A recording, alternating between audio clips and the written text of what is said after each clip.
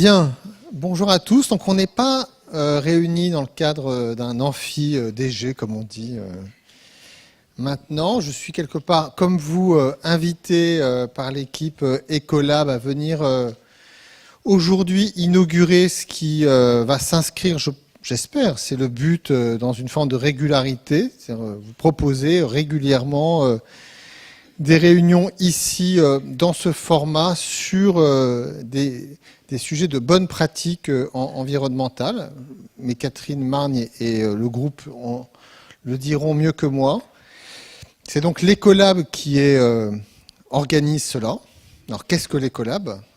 C'est tout simplement un groupe de collaborateurs de la CNAM, plus d'une vingtaine de collaborateurs, mais qui ont vocation, je pense, à attirer encore davantage de bonne volonté et de participants qui ont été l'un des 5 projets retenus dans le cadre des 2e trophées RSO, puisque nous faisons, je crois que c'est chaque année ou presque tous les 2 ans, un appel à projet responsabilité sociale des organisations.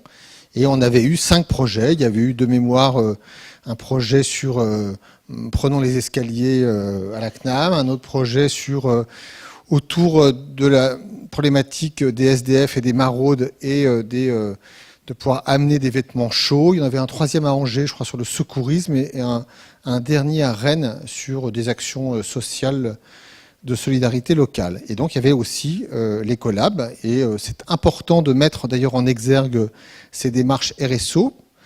Elles sont importantes en termes de valeur, elles sont importantes parce que ça part de vous, ça crée du collectif, ça nous permet d'être un peu innovants, et puis surtout, ça nous permet de sortir un peu, de lever la tête du guidon, de ne pas être uniquement sur nos missions, nos projets, mais de se dire qu'au-delà de ça, il y a des enjeux autour de nous, chez nous, qui méritent qu'on s'y investisse. Voilà.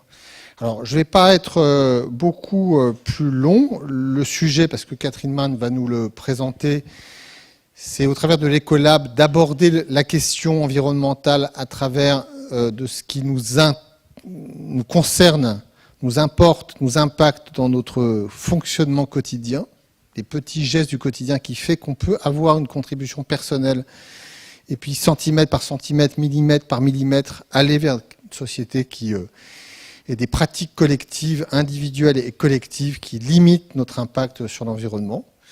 Moi, je m'efforce chaque soir où je quitte d'éteindre la lumière partout au 5e étage. Je vous invite à faire la même chose. Vous allez voir, il y a beaucoup de salles de réunion qui sont encore éclairées quand on part.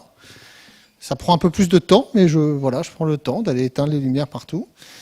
Je me suis, même si j'ai encore des petits progrès à faire, j'essaie de me mettre à ne plus utiliser des gobelets en plastique, hein, parce que c'est incroyablement consommateur d'énergie et je crois que ça progresse.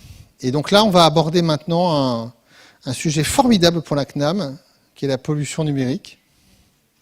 Voilà. Et on va le faire, mais je ne vais pas être long, parce que je veux le remercier en accueillant Xavier Verne, qui est responsable de projet, chef de projet à la SNCF, et qui va nous dire comment progresser. Voilà. Catherine, je vous laisse maintenant présenter un peu plus avant l'Ecolab et au-delà d'aujourd'hui, ce qui est prévu pour la suite. Voilà. Merci beaucoup de parrainer ce projet, c'est très gentil à vous. Alors oui, le projet Ecolab, en fait, il est né cet été dans le patio. On n'avait pas encore réintégré le restaurant d'entreprise et donc tous les jours, les poubelles débordées de déchets plastiques, d'emballages, de couverts, de sacs. Et donc on s'est demandé, on était un petit groupe de 5-6, ce qu'on pouvait faire pour sensibiliser un peu mieux nos collègues à la mise en place de petits gestes assez simples qui peuvent très vite avoir des impacts. Et donc on a créé ce groupe qui a très vite grossi parce qu'en fait, par le bouche à oreille, plusieurs personnes nous ont rejoints, des gens très engagés qui sont dans des démarches zéro déchet à fond, et des gens, pour le coup, qui souhaitaient davantage se lancer sans trop savoir par où commencer. Et donc, en fait, le pitch de l'Ecolab, c'est ça. On a créé une communauté de partage d'idées et d'expériences pour aider tous ceux qui le souhaitent, tous ceux qui souhaitent engager une transition, c'est comme ça qu'on dit aujourd'hui, à se lancer en étant un peu guidés.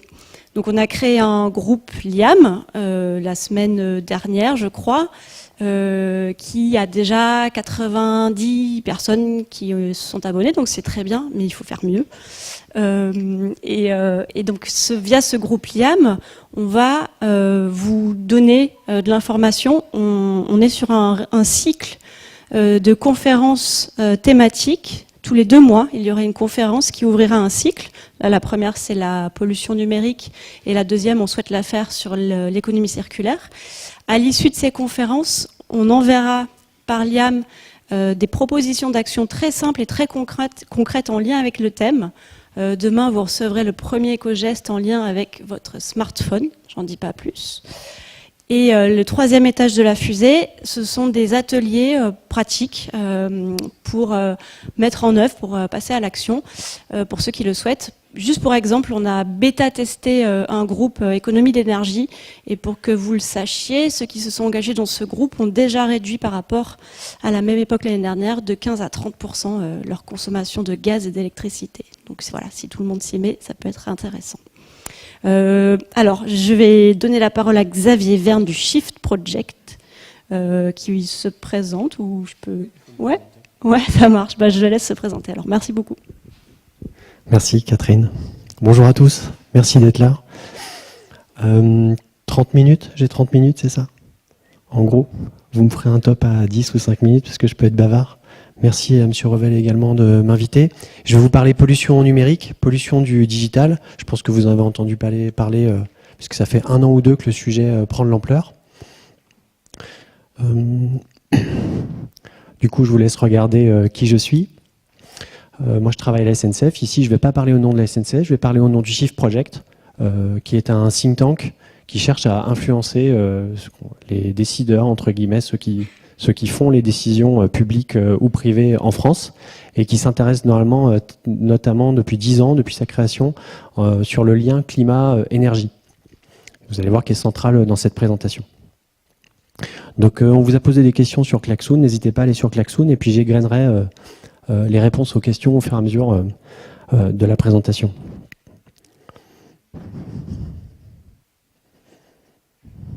Je veux bien. Merci.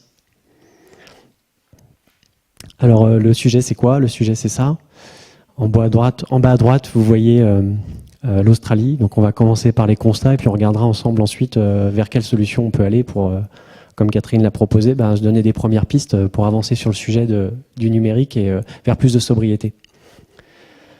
Donc l'Australie en bas à droite, si on fait rien d'ici la fin du siècle, on sera autour de 4 à 5 degrés d'augmentation. Ce que vient de vivre l'Australie il y a 1 mois et demi, si on regarde en moyenne annuelle de température, parce que ici c'est la moyenne annuelle de température et son évolution ces prochaines dizaines d'années, elle a expérimenté 1,5 degré.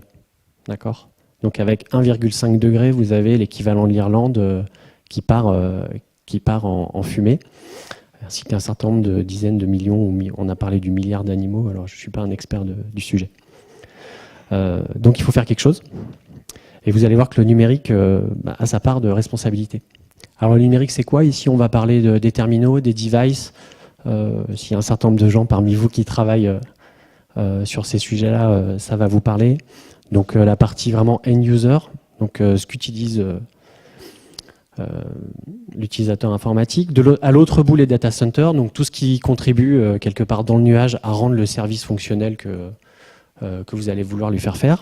Et puis, entre les deux, toute la partie réseau, donc les antennes, les pylônes, le filaire, les câbles transocéaniques. Donc ça va être ça notre terrain de jeu aujourd'hui. Alors, en relatif, si on regarde ce terrain de jeu, on est sur des croissances de consommation énergétique de l'ordre de 9% par an. Alors, c'est un peu plus que notre livret A. 9% par an, vous le savez, si vous faites les calculs de taux d'intérêt, ça double quelque chose entre 4 et 5 ans.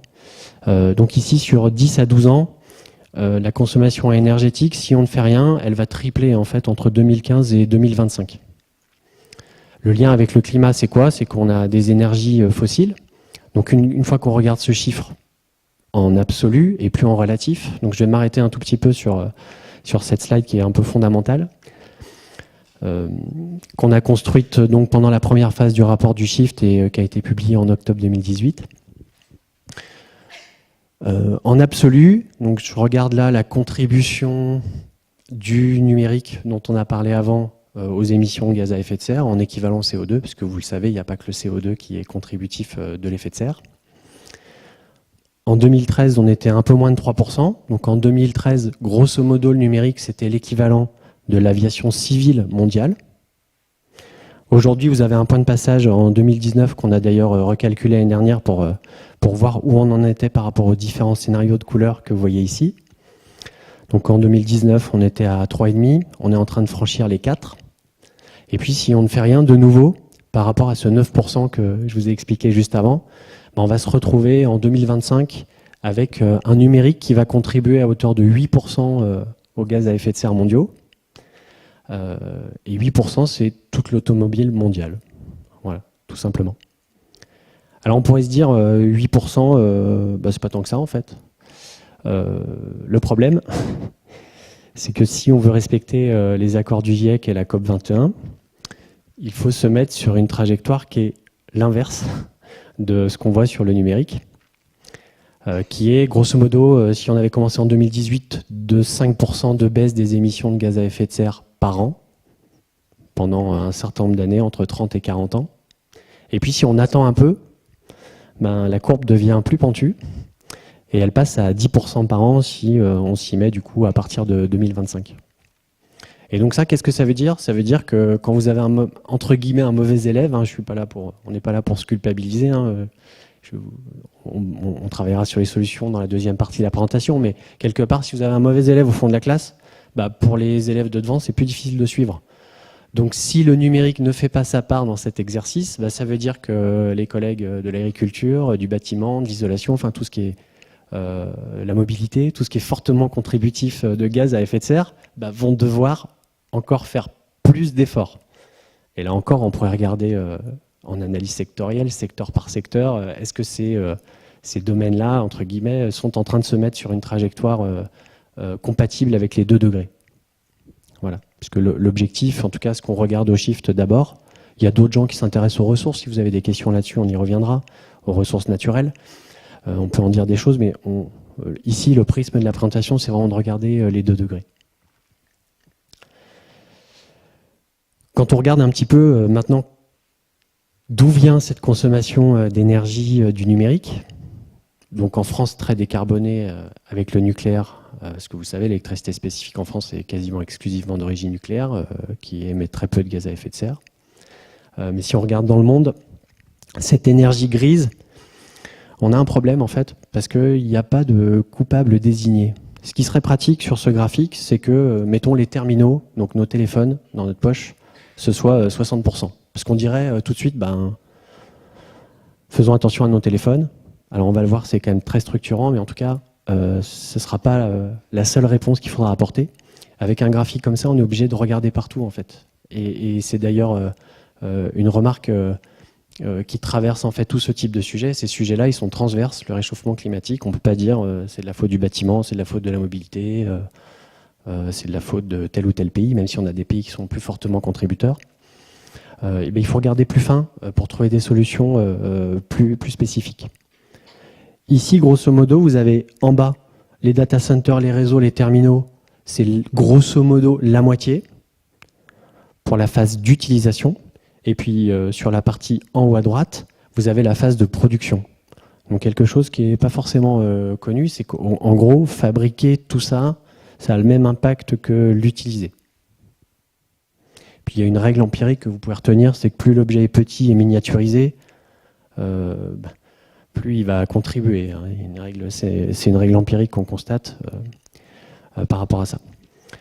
Donc par rapport à la question 2 de Kahoot, pour ceux qui ont répondu, si on regarde maintenant les smartphones, entre la fabrication et l'utilisation, donc unitairement, 90% de l'énergie, de l'émission de gaz à effet de serre d'un smartphone que vous avez dans votre poche est dépensée à la phase de fabrication. entre 85 et 90. Donc le choix à faire pour le smartphone, c'est au moment où je l'achète en fait, parce que dès que je l'ai acheté, dès que je l'ai sorti du carton, j'ai déjà utilisé ce qu'on appelle 90% de son sac à dos écologique. Et puis la France, qui a une énergie décarbonée aujourd'hui, en tout cas pour sa partie électrique, ce chiffre-là, il monte à 99%, parce que comme on n'émet pas de carbone à l'utilisation, si on néglige la fin de vie qui n'est pas forcément très bien mesurée, ce chiffre il monte à 99%. Donc votre téléphone, ça donne une première idée.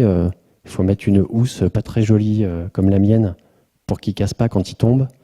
Il faut essayer de le réparer quand l'écran casse, parce qu'en fait, plus vous allez allonger la durée de vie de vos terminaux, plus vous allez avoir un effet extrêmement fort sur vos émissions de gaz à effet de serre.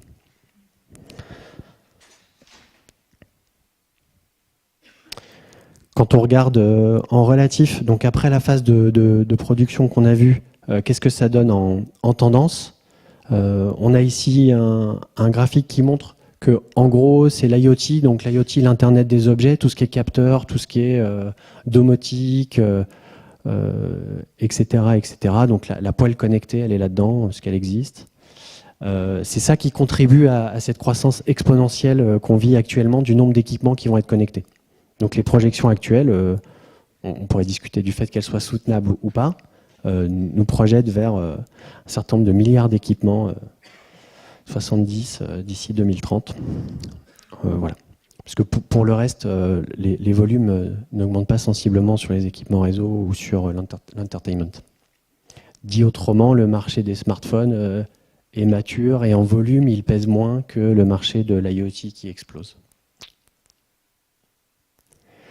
Si on regarde maintenant ce qui passe dans les tuyaux, donc la phase d'utilisation, une fois qu'on a fabriqué tout ça, là c'est des choses que vous savez je pense. Alors l'hexabit c'est 10 puissance 18 octets, hexabytes, donc c'est beaucoup. Deux graphiques, je ne vais pas les détailler, simplement ce qui passe. Le graphique du haut, vous voyez que c'est la vidéo qui est ultra majoritaire dans ce qui passe dans les tuyaux. J'aurais pas le temps d'y revenir, donc je vous le dis tout de suite, c'est proportionnel à la résolution, donc baissez la résolution quand vous regardez des vidéos au minimum acceptable pour vous. Le premier site de consommation de musique, c'est YouTube. Ça veut dire que pour consommer de la musique, on fait passer des flux vidéo, éventuellement HD, Full HD dans les tuyaux, juste pour vous illustrer qu'est-ce que ça veut dire. C'est un chiffre qui est en forte croissance. Puis après, quand on regarde à l'intérieur de la vidéo, alors il y a plusieurs moyens de décomposer. En gros, vous avez les plateformes, ce qu'on appelle les tubes. Vous avez différents sites, mais ce qui est le plus contributif, donc c'est la vidéo en streaming, quelque part épisode de série, pour ne pas citer de plateforme. Et puis film en VOD. Donc c'est ça qui est le plus fortement contributif. Avec des plateformes qui, je le rappelle, ont un système de rémunération qui est fondé sur l'audience. Donc le but de ces plateformes, c'est de vous faire rester le plus longtemps possible, parce que plus vous restez longtemps, plus vous avez envie de voir l'épisode d'après, et plus vous contribuez en termes d'audience à la valorisation boursière. Et du coup, lecture automatique, coupage du générique, etc., etc. Un certain nombre de fonctionnalités très utiles, recommandations qui sont très utiles quand on les utilise, mais qui ont un impact considérable sur l'utilisation nette du service. Et puis enfin, en aval, voilà, je détaille pas ça, c'est une partie que je connais un peu moins bien en plus, mais énormément de déchets. Je dirais juste en deux mots, en fait, dans un smartphone, il y a 40 métaux, on ne sait pas bien les recycler en fait. Donc, l'histoire du recyclage, qu'on va tout recycler, qu'on va rentrer en économie circulaire, à date, il y a des sujets physiques d'oxydoréduction pour les chimistes qui font que quand on a mis un microgramme de germanium sur un processeur, on ne sait pas l'extraire en fin de vie, même s'il est mélangé avec du silicium et de l'or, parce qu'il y a du gallium. Enfin, il y a un certain nombre de choses qui font qu'on a du mal à reséparer des choses. Est-ce que je peux avoir un timing, s'il vous plaît, grosso modo? 20 minutes, il me reste, ou j'ai fait 20 minutes? Il me reste 20 minutes, super, merci. Un point qui est absolument clé pour comprendre ce qui se passe, on a un effet rebond qui est absolument massif dans le numérique. Alors l'effet rebond, c'est quoi? On va prendre un exemple, on va faire une petite expérience de pensée collective. Vous allez imaginer que vous habitez en copropriété et que tous les mois, vous dépensez 100 € de chauffage pour vous chauffer à 18 degrés. Alors je sais, 18, c'est pas beaucoup, il faut mettre un pull. Et puis un beau jour, votre copropriété investit. Alors vous êtes locataire, hein, vous n'avez pas la main, sinon vous auriez investi depuis longtemps, bien sûr, dans une chaudière à condensation sans isoler le bâtiment qui va vous permettre de chauffer. Finalement, pour 100 € par mois, vous allez avoir 20 degrés dans votre appartement. Alors là, vous allez avoir un choix à faire, parce que finalement, vous avez un gain technologique que vous allez pouvoir choisir de réinvestir ou pas. Donc soit vous êtes en précarité, ce qu'on appelle précarité énergétique forte, et vous dites, bah, au fond, je vais continuer à mettre un pull, et puis comme ça, je vais me chauffer pour 50 € par mois. Puis du coup, je vais récupérer ces 50 € pour faire autre chose, parce que j'en ai besoin pour autre chose. Soit au contraire, vous allez privilégier votre confort, et peut-être que vous avez les moyens financiers, vous direz, je vais pouvoir enlever le pull et je vais avoir 20 degrés dans mon salon, quand je reçois, ou quand je travaille, ou quand je télétravaille. Et puis, toutes les situations intermédiaires existent. Donc, si vous réinvestissez 100 €, vous avez un effet rebond de 100%, et puis de 0% si vous n'avez pas profité du gain technologique. Donc, l'effet rebond, c'est ça. Dans le numérique, il est massif. La capacité de disqueture, elle a doublé tous les 12 mois, donc c'est encore plus rapide que la loi de Moore pour les processeurs tous les 18 mois. Les réseaux 3G, 4G, 5G, donc c'est la même idée. On améliore les usages qui améliorent l'utilisation, qui font qu'on a des nouveaux besoins, qui font qu'on upgrade les infrastructures, qui permettent plus de choses. Donc le débat sur la 5G, peut-être il y aura des questions ou pas, fait rage actuellement. C'est un vrai sujet, c'est pas un faux sujet. Des fois dans les médias, on a des faux sujets qui se donnent comme ça en pâture aux médias pour occuper le terrain. La 5G, c'est un vrai sujet. Pour illustrer l'effet rebond d'une autre manière, moi ça fait 25 ans que je fais de l'informatique, donc j'ai vu cette évolution. Au départ, on n'avait pas trop de moteurs de recherche quand j'ai commencé Internet en 1998. Ensuite, Google est arrivé, mais c'était tellement lent que dès qu'on avait trouvé son site, on mettait un signet sur la page exacte pour s'en rappeler. Donc ça, c'est très bien parce que votre navigateur se souvient, votre ordinateur se souvient de la page exacte dont vous avez besoin. Mais ensuite, comme Google est devenu partout super rapide, il n'y a plus besoin d'avoir des marque-pages, puis en plus les sites, ils ont des URL compliqués. Du coup, on demande à Google à chaque fois.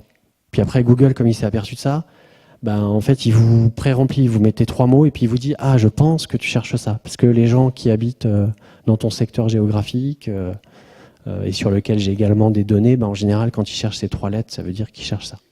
Quand ils cherchent net, ça leur propose Netflix, par exemple. Donc ça, c'est de l'autocomplétion. Et donc ça augmente énormément l'effet rebond parce qu'en fait, vous ne faites plus une requête pour un besoin, vous faites N requêtes pour chaque besoin. Et puis après, vous avez ça dans votre poche. Donc dans votre smartphone, vous pouvez demander l'orthographe exacte d'un mot si ça vous chante au restaurant. Et puis, la 5e étape, c'est que c'est Google qui commence à vous poser pousser des informations sans que vous les sollicitiez. En général, tu prends le périph', là, tu vas être en retard, qui vous pousse des infos sur le trafic, etc., sans que vous le sollicitez. Donc ça, c'est un effet rebond massif et ça correspond à une augmentation massive de ressources. Quelques ordres de grandeur. Donc le smartphone, 90%, c'est la production. Le streaming vidéo, c'est ce qui consomme le plus. Donc dans la question Kahoot associée, la réponse la plus contributive, c'est évidemment le streaming vidéo sur son mobile. Entre les réseaux filaires, les réseaux mobiles, le rapport de consommation, c'est entre x10 à x20. Ça dépend des réseaux. Faut faire des hypothèses. Donc, à la maison, utilisez votre ADSL ou votre fibre optique le plus souvent possible. Éventuellement via Wi-Fi si vous voulez pas être branché, mais en tout cas, plutôt que rester en mode 4G sur son mobile. Et puis, d'autres ordres de grandeur. Alors, qu'est-ce qu'on fait maintenant que j'ai bien plombé l'ambiance ? La posture, c'est de dire ni naïf ni coupable. Donc ne soyons pas des lapins devant des phares qui attendons que la voiture arrive.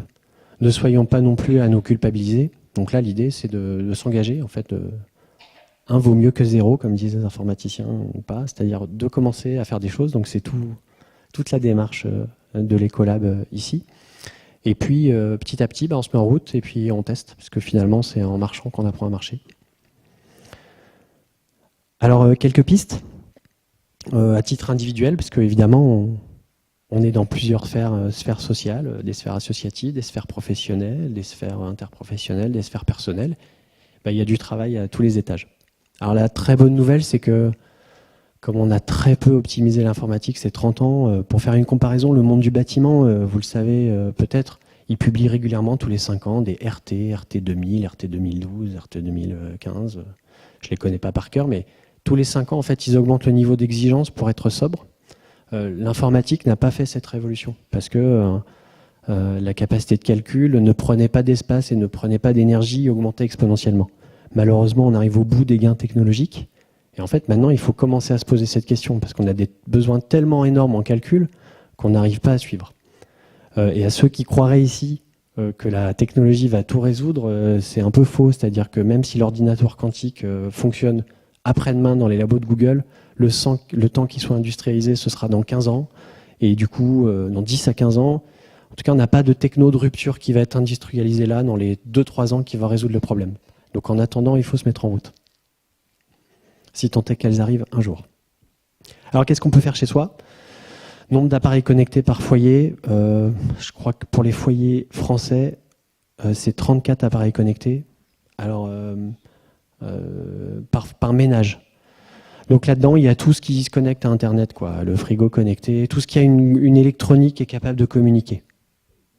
Donc voilà, la tablette, la box, les téléphones, le boîtier qui est avec la box, la télé qui se connecte, etc., etc. Donc la première chose à faire, augmenter la durée de vie. Augmentons la durée de vie de nos appareils. Je crois que c'est 1,8 milliard de smartphones qui sont vendus tous les ans. La durée de renouvellement, c'est 18 à 24 mois en France. Déjà, si on passe à 3 ans, ça va être extrêmement sensible sur l'empreinte numérique. Donc allons-y. Acheter des choses multifonctions, attention au numérique acheté dans les appareils. L'accès au réseau, j'en ai parlé. Éteignez votre box la nuit si vous ne l'utilisez pas. Les box, alors il y a des estimations. Donc ce qui vous connecte à Internet chez vous, c'est entre 0,7 et 1% de la consommation électrique française. Parce que c'est un truc qui était historiquement pas trop optimisé, parce qu'on se dit oui, c'est 60 ou 70 watts, et qui tourne H24. Donc un bon réflexe, c'est il n'y a pas d'interrupteur de débrancher la prise derrière sa box, et ça a un impact important.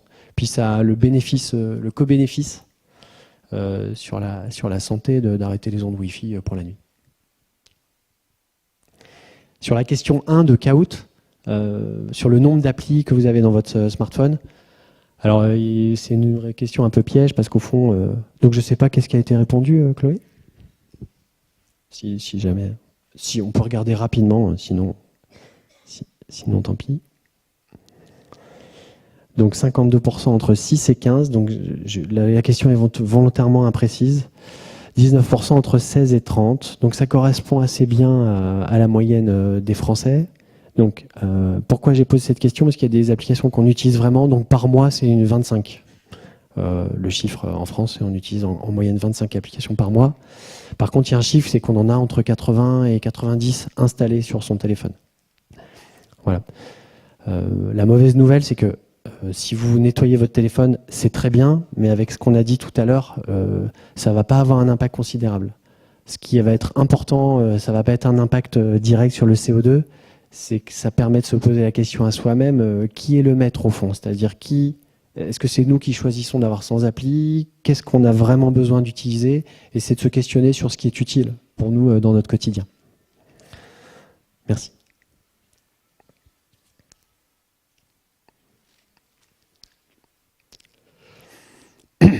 Donc si on dépasse le niveau individuel, au niveau des institutions, alors j'ai repris quelques logos ici, je pourrais mettre des 3 petits points.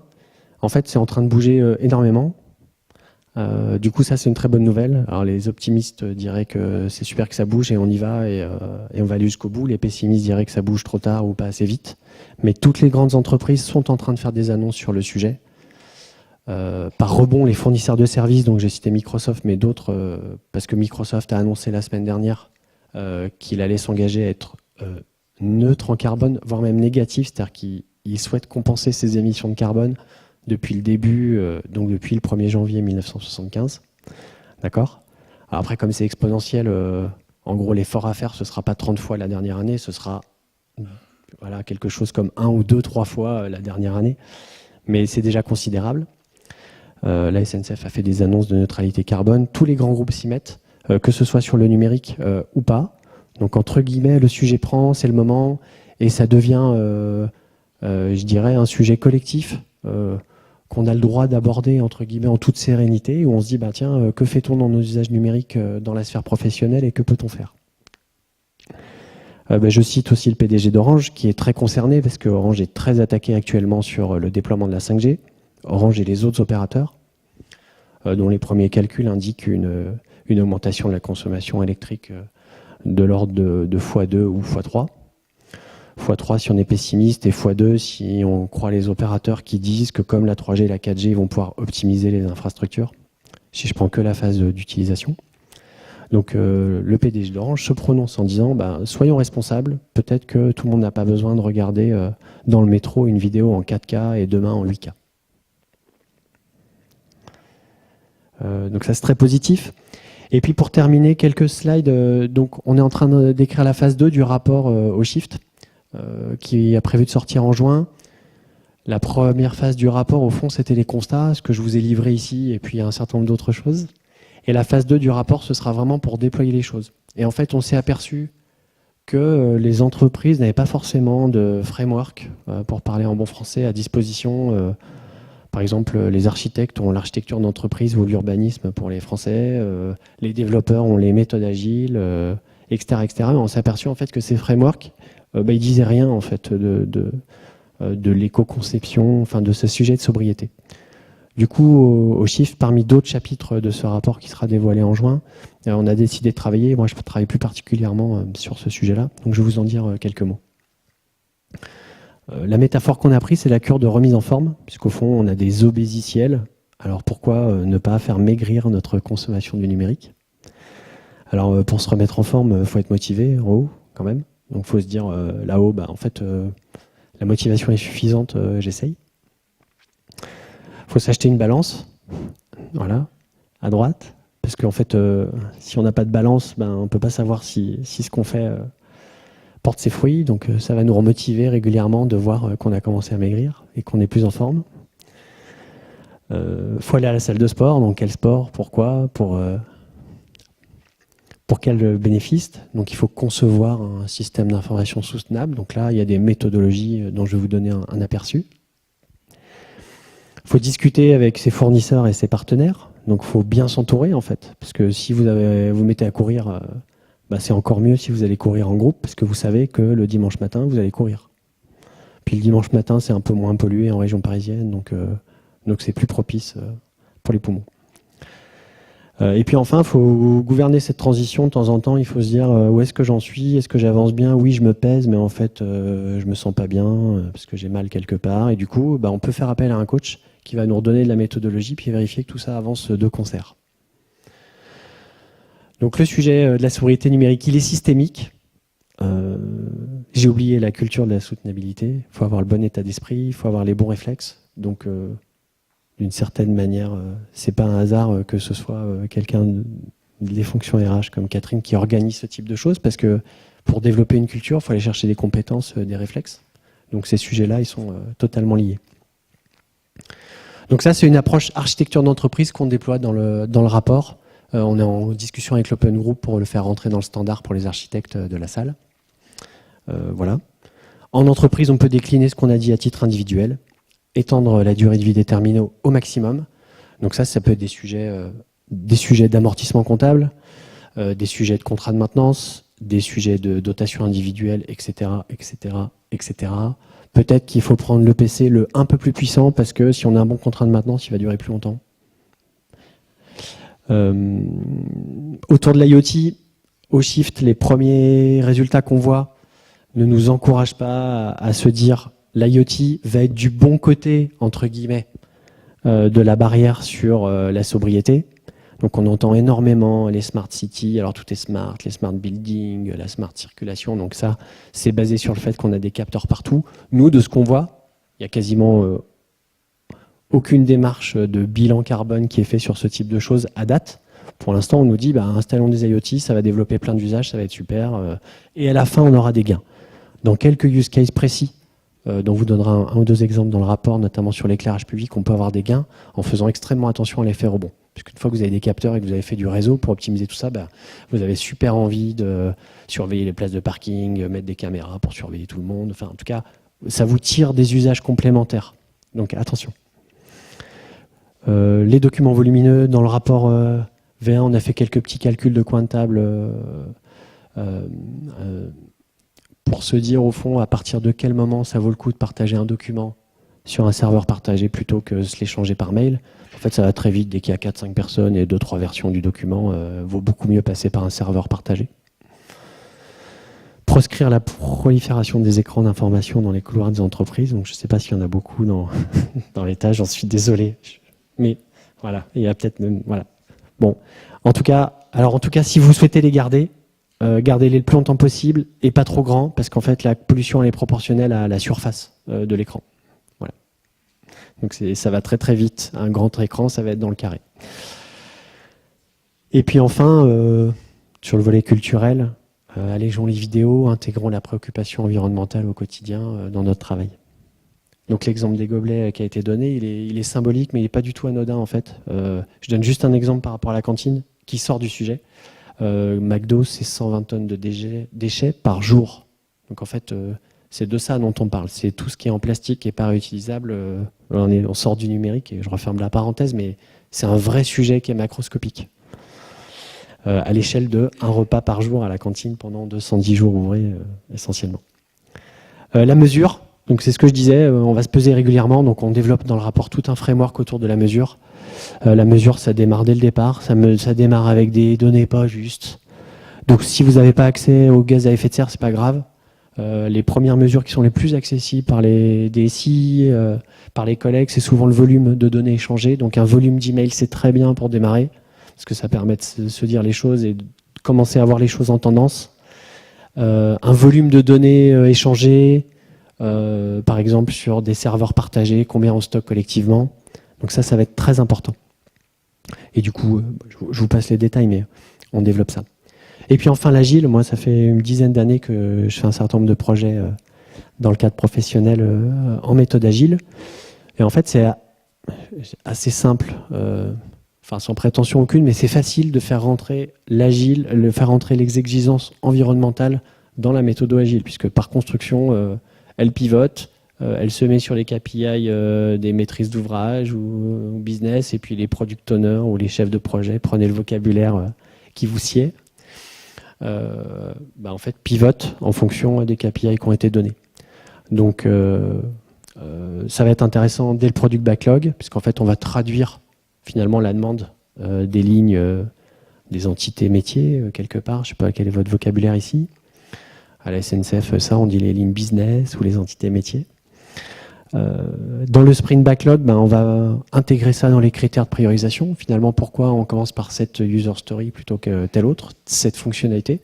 Parce qu'en fait, on s'est donné 5 ou 6 critères partagés et que du coup, c'est ça qui sort en majeur.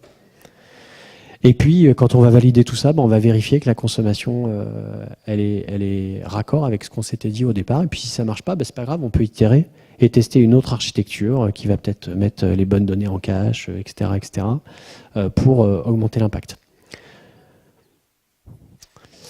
C'est ma dernière slide. Super, 5 minutes. Parfait, on aura du temps pour les questions. Du coup, je passe un peu plus de temps là-dessus. Et puis, du coup, au quotidien, alors je tiens au... C'est pour ça qu'il est en haut à droite, l'équipe, et qu'il est d'une couleur différente. Alors, comment le dire ? En fait, c'est intéressant d'avoir des équipes agiles ou des équipes projets, parce que, au fond, si vous faites une analyse top-down de votre SI, donc il y a des architectes peut-être dans la salle, ça peut être intéressant de se dire, au fond, voilà ce qu'on consomme aujourd'hui en macro, et du coup de regarder les grosses patates qui consomment dans votre informatique, qu'elles soient chez vous ou chez des fournisseurs. Mon employeur, voilà, pour ne pas le citer, s'appuie énormément sur les solutions Office 365. Donc nous allons demander la contribution, notre empreinte numérique, donc en RSO, RSE, scope 2, je ne sais pas si je me trompe, en tout cas indirect vis-à-vis de nos fournisseurs. Et puis se dire, tiens, je vais commencer par ce qui pollue le plus et puis me donner des engagements de baisse sur ce secteur-là. Donc Voilà, vos logiciels de remboursement, vos data centers qui hébergent vos fichiers, etc. L'avantage d'une équipe agile, c'est que vous pouvez la responsabiliser, puisqu'elle va être responsable d'un périmètre ou même hors d'agile, mais en tout cas, une équipe agile, elle va se voir tous les jours en disant, en fait, le cap qu'on m'a donné, c'est celui-là, comment j'y vais? Et du coup, c'est intéressant parce que ça responsabilise l'équipe sur quelque chose de concret et qui est opérable, à l'intérieur de laquelle l'équipe est autonome et a les leviers, a priori, pour agir. Bien sûr, dans un cadre d'entreprise et d'architecture qui est défini. J'oubliais les conceptions logicielles. Donc ça, c'est un gros mot, mais bon, je pense qu'il parle de lui-même. En gros, c'est se dire, quand je fabrique un logiciel, est-ce qu'il y a des bonnes pratiques à respecter pour qu'il soit sobre? Alors la Deutsche Bahn, dans le ferroviaire, a sorti un benchmark il y a peut-être 6 mois pour juste fournir les horaires. Ils ont optimisé leur site, ils ont fait l'exercice et ils ont divisé par 300 leur consommation de ressources. Voilà, il y a plein d'exemples comme ça. Les sites aujourd'hui, ils sont quelque part, ce qui prime, c'est quand même d'être vite sur le marché, éventuellement d'acheter des solutions standards qui sont parfois énormes par rapport à notre besoin. Et du coup, on peut oublier assez rapidement les tâches d'optimisation parce qu'au fond, ça marche. Et que si on fait un traitement 10 fois plus lourd, il y aura une machine virtuelle chez Amazon qui va nous le calculer en 10 millisecondes si on veut. Puis si ça va pas assez vite, on rajoutera des CPU. Donc on a perdu un peu ce fil-là, qui est quelque chose que les ingénieurs français maîtrisent, qui est l'optimisation. Historiquement, en France, on sait faire, on sait optimiser les systèmes, on sait raisonner avec contraintes. Donc ça, c'est une opportunité, en fait, parce que si on se met une contrainte collective, ça permet de comprendre notre système informatique, donc quelque part de reprendre la main. Donc ça tire énormément de sujets, ça va tirer les sujets d'architecture, ça va tirer les sujets d'ergonomie. À quoi ça sert d'avoir 50 articles en homepage si les gens n'en regardent que 8, les 8 premiers, puis ensuite ne vont pas voir les pages suivantes. Ça va vous permettre de rentrer dans les sujets. Et puis, ça va vous permettre d'aller chercher des leviers d'optimisation extrêmement significatifs.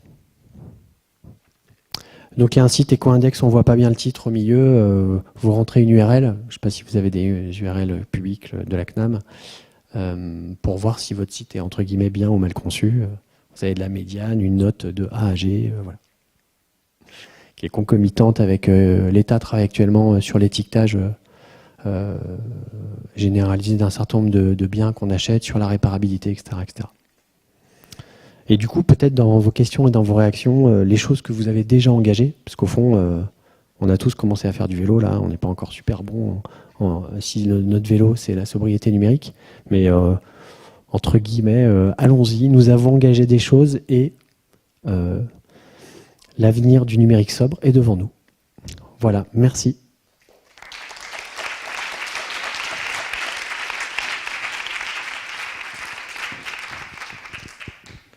Je ne sais pas comment on fait pour les questions. Oui. Donc ouais. Donc pour les questions.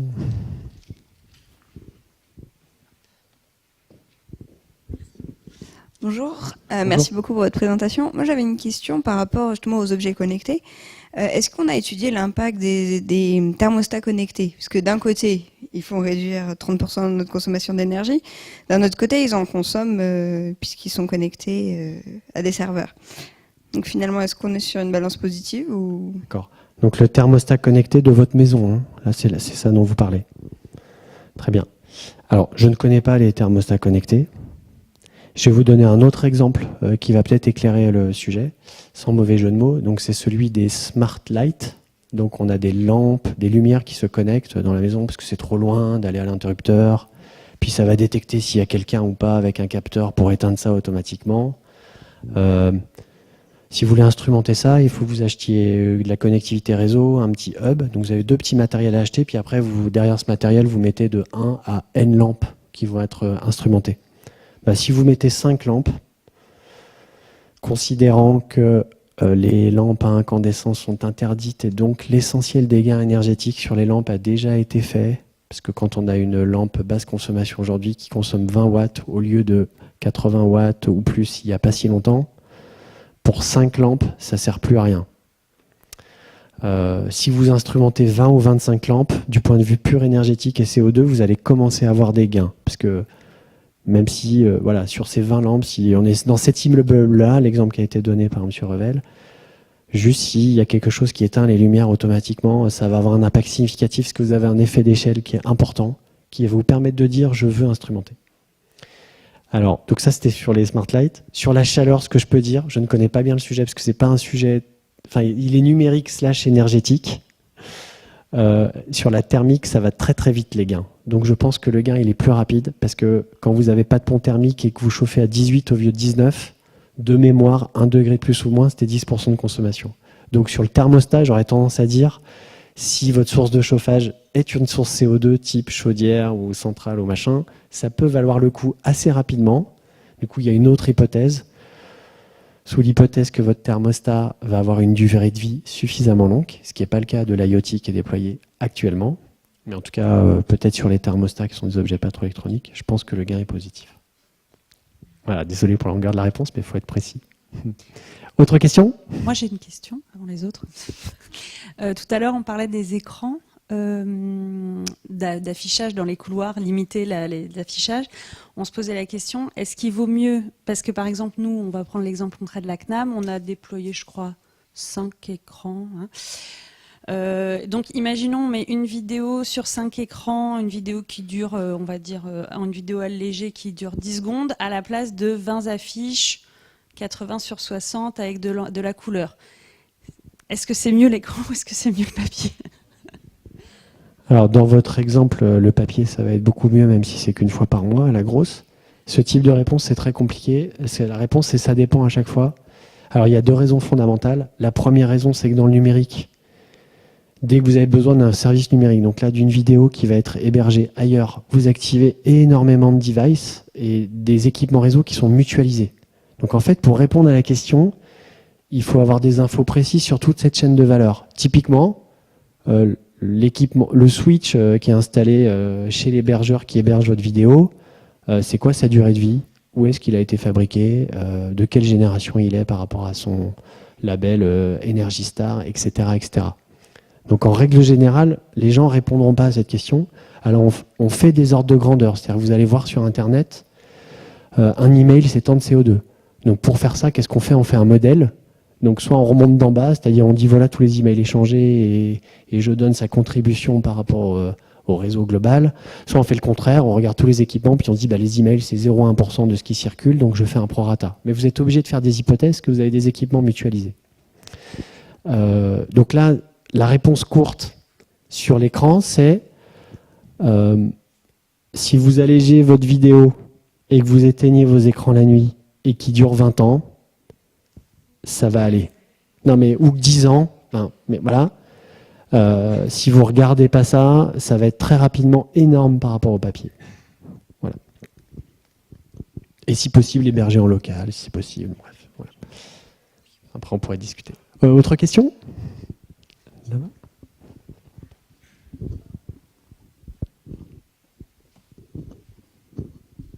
Merci.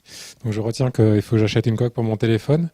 Mais est-ce qu'il y a des choses qui sont faites pour essayer de lutter contre l'obsolescence programmée? Parce que malheureusement, il ne sera pas protégé contre ça. Alors du coup, je ne sais pas si ça a été clair à distance, moi j'entendais à peine. Donc la question c'est, est-ce qu'il y a des choses qui sont faites contre l'obsolescence programmée? Donc l'obsolescence programmée c'est quoi? Ce serait l'idée que il y a un complot, c'est-à-dire des gens qui programment le fait qu'il y a des devices, donc des terminaux ou des objets qui vont être périmés à un moment donné de manière choisie pour vous obliger à renouveler votre appareil. Alors je ne vais pas débattre sur si c'est vrai, si c'est faux. Il y a des secteurs sur lesquels ça a été vrai, etc. Je pense que c'est pas ça le sens de votre question. En informatique, le problème qu'on a, donc, c'est que là-dessus on a un OS qui est mis à jour régulièrement et qui induit un phénomène de fragmentation. Ça veut dire quand je suis Facebook, finalement j'ai 15 versions de mon application à maintenir parce que j'ai Facebook sur Android 6, Android 7, Android 7.2, Android 9, Android machin.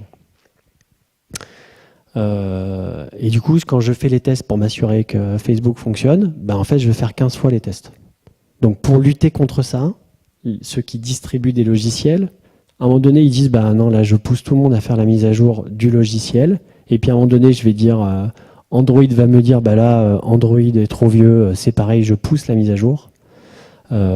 Juste pour rationaliser les coûts d'opération du service. Donc ça, c'est le problème.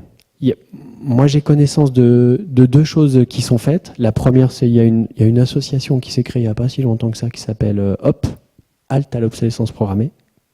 Il y a une deuxième chose également, c'est que dans le cadre réglementaire, ça fait plusieurs fois qu'un certain nombre d'associations, type l'April ou autres, poussent des textes visant à commencer à légiférer là-dessus.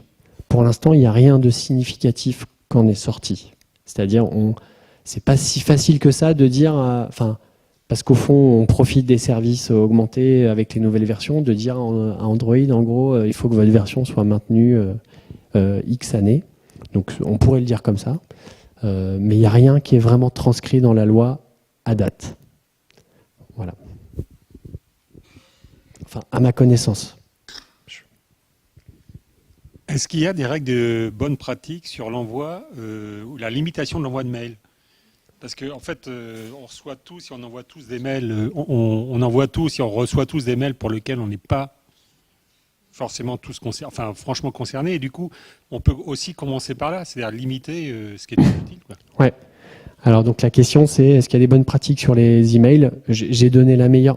en gros, un email qui n'a pas de pièce jointe et pour lequel votre fournisseur de mail va dire au bout de 2 ans, les emails qui sont dans la barre d'archives, si tu les as pas mis ailleurs, je les supprime.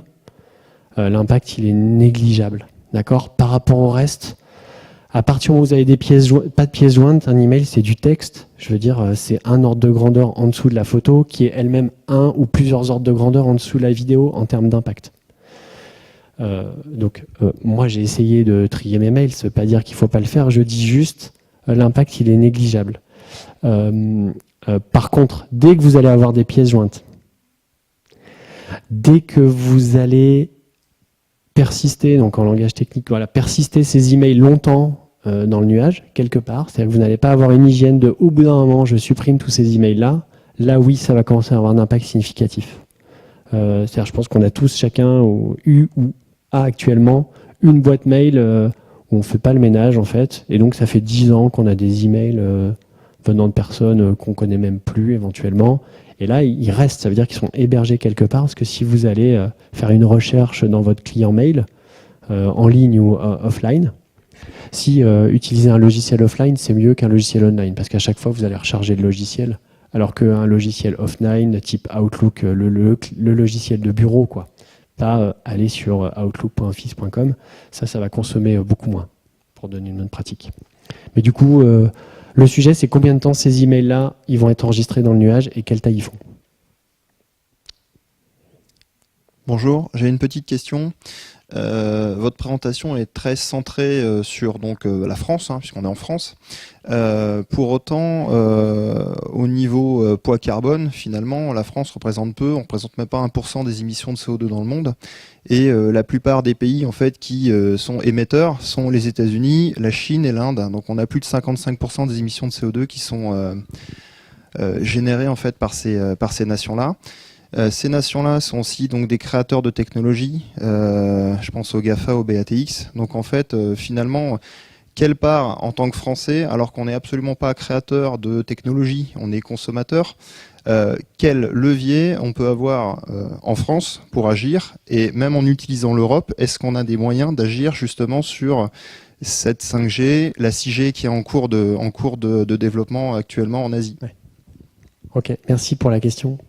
Du coup, juste sur le scope, là j'ai présenté plutôt des données françaises, mais dans le rapport du Shift et The Shift Project, il a une vocation européenne, parce qu'on considère que c'est un échelon qui est intéressant pour faire pivoter le système, au même titre que l'échelon français. Donc on pourrait discuter de chiffres plutôt européens, c'est le premier sujet. Dans ce que vous dites, il y a une petite... j'apporte une nuance importante. Vous parlez des émissions des pays.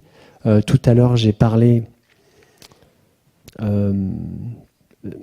En fait, le sujet, c'est Nord-Sud. Tout à l'heure, j'ai parlé du nombre de smartphones qui étaient achetés tous les ans. En fait, ce qui se passe, c'est que on pourrait se dire, maintenant que les Européens sont équipés en équipement numérique, les pays du Sud, les pays en voie de développement, les pays émergents vont rattraper les Européens ou les pays qui sont déjà très numérisés.